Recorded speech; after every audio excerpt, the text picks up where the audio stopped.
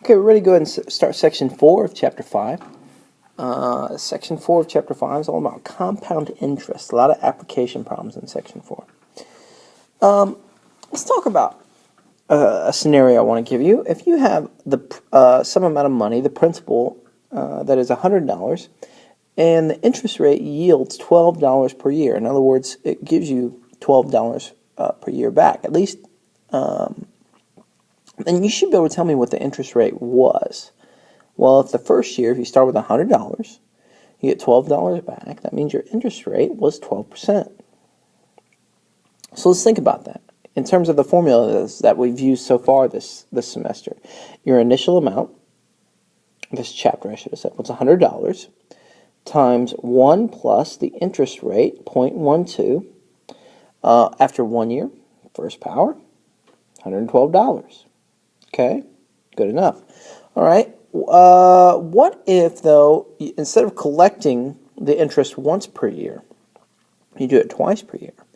Now, the interest rate still has to total 12%, but instead of 12% one time, it's 6% two times.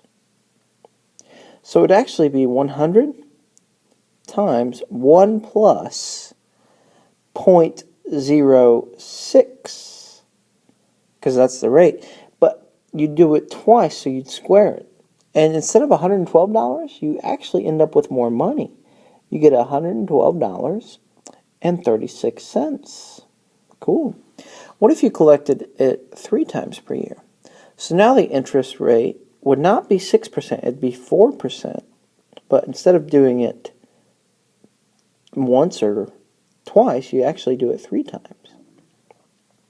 So you start with your initial amount times 1 plus 0.06, and you raise it to the third power. And guess what? You get even more money this time. You get $112.49. If you collect it at 4 times per year, your interest rate is 3%, but you got to do it 4 times. Be 100 times 1 plus 0.03, raised to the 4th power. Even more money, $112.55. So the more times that you collect on the interest, the more money you get. Well, here's a new formula. A of t equals your initial amount, your principal. Let me rewrite that. That's just a little sloppy, Mr. Williams. Equals your initial amount times, here we go, 1 plus your interest rate. But you got to take your rate divided by some number n.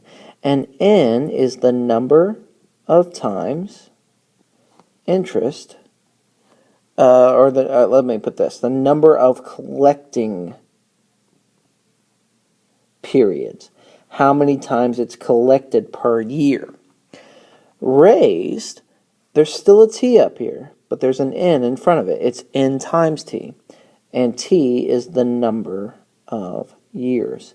So you might say, how much money would you have, if you collect interest 6 times per year, or bi-monthly in that case, for 20 years? Something like that.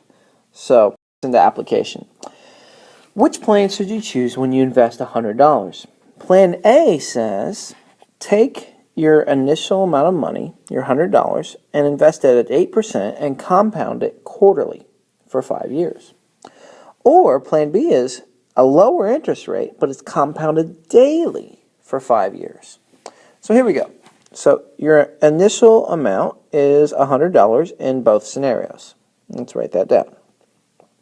$100. Your rate in scenario A is 0.08, but your rate in scenario B is 0.075. In scenario A, you compound it quarterly. That would be 4 times per year. In scenario B is compounded daily. Now be careful here. How many days are in a year?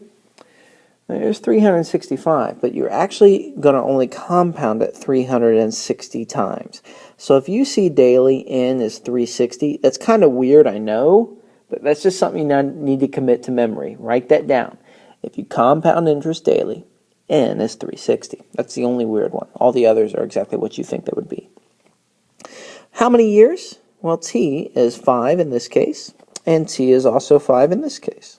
So get your calculators, and here we go. Let's fill it in. We are interested in the amount of money I would have after 5 years. When I started with $100, times 1 plus the rate, which was 0.08, divided by how many times did we compound it? 4 times. Raised to the 4, that's the number of times per year, times 5, which is the number of years. So it's, all that's saying is it's actually saying 20. It's compounded 20 times over the course of the 5 years. So you would just type that into your calculator. Now mind you, this actually says 100 times 1 plus 0.08 divided by 4 to the 20th power. So let's practice typing one of these in together, because sometimes this can be an issue. You have it written down correctly, but you don't type it in correctly. So we're going to put 100 times 1 plus, let's see here, that would be what was it? 0.08? 8 divided by 4, close both sets of parentheses, and raise all of that to the 20th power. Boom, right there. That's about how much money you'd have. About $148.59. Get out of my way. Let's jot that down. About $148.59 is how much you would have. Now, plan B, how much would you have after 5 years? Start with $100. 1 plus 0.075 divided by 360. Raise that to the 5 times 360 power, because it's 5 years at 360 times per year. And that's about $145.49. Type that into your calculator just to make sure that you get the same thing I got. So, which plan should we go with? Plan A, because you get more money. That's awesome. All right. Now, one thing that your book is going to say is find the effective yield. That's basically a fancy way to say, how much money did you gain?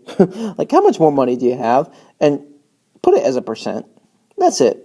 And it's just simple. Okay, here's an easy way to do it. This is what I taught my pre-algebra students, folks. I said, take your new amount minus your old amount divided by 100 times 100.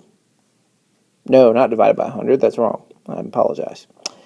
Your new amount minus your old amount divided by your old amount times 100. That will give you your percent. Check it out. So for plan A, what was our new amount? How much did we end up with? It was $148 and 59 cents minus the old amount, which was 100. Okay, well that just gives us $48.59. Okay, and then if you divide that by the old amount, which is actually 100, times the 100 just cancel. There's your effective yield. 48.59% effective yield. That's how much money you made. You ever heard of a yield before? It's how much you get. How many crops do your fields yield over the course of a year or something like that. All right, try plan B. New amount, it got to $145.49. Take away the old amount, $100. Answer, $45.49. That's how much it yielded. That's a 45.49% effective yield, EY. I'll just put that. $45.49. And that's it. Okay, that's all I'm going to show you for day one. Okay, hope it was fun. Hope you like your new formula. I'll talk to you later. See ya. I'm out.